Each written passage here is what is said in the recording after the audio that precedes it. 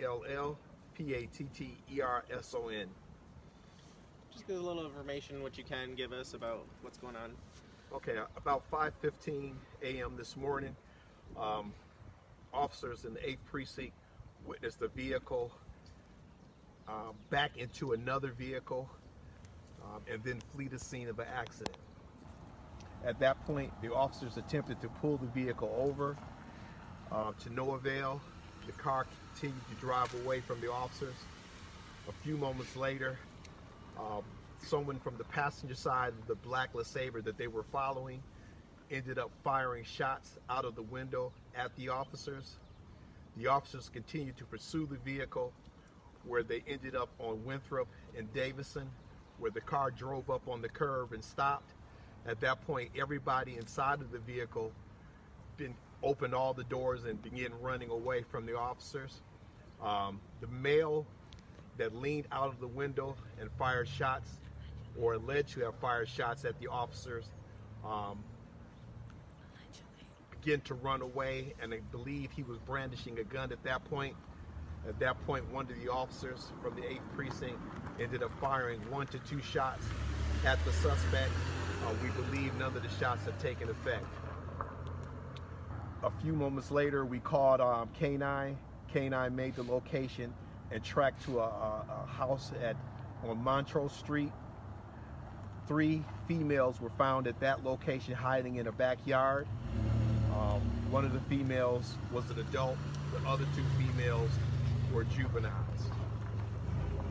The track continued, the K9 track continued, and it went to another location on Montrose Street. And we put our information together that we gathered. The vehicle, the black LeSabre, was registered to that location also.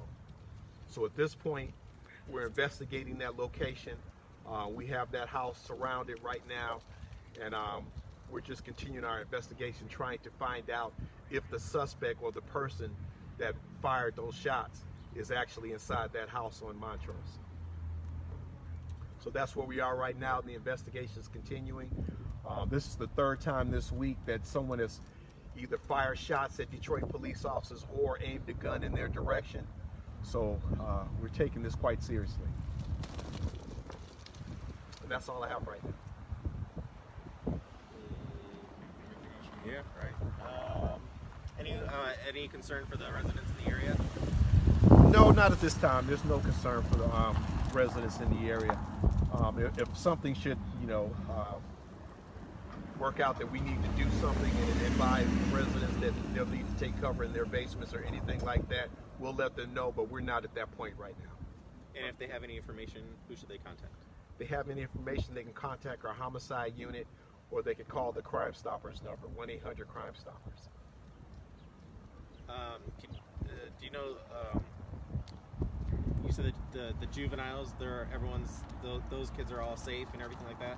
Yes, at this point, all the people that we've come in contact with, that we've taken into questioning or that we're questioning, everyone is fine right now. As I stated earlier, we don't believe any of the shots that the officers fired have took effect or have taken effect, and none of the shots that the person that leaned out of the black LeSabre fired at the officer struck anyone. So right now, thank God, everybody's okay.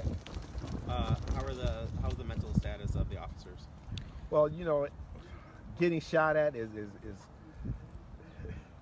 it's an unnerving thing. I've been shot at a few times, so they're all right now. I've talked to both of them, and they just gave me the thumbs up. I really couldn't get into a deep conversation with them. I just wanted to make sure they were okay, and they gave me the thumbs up. So that's where we are at this point. Okay. Can you give any, just for either information or for the reporter who might be putting this together later,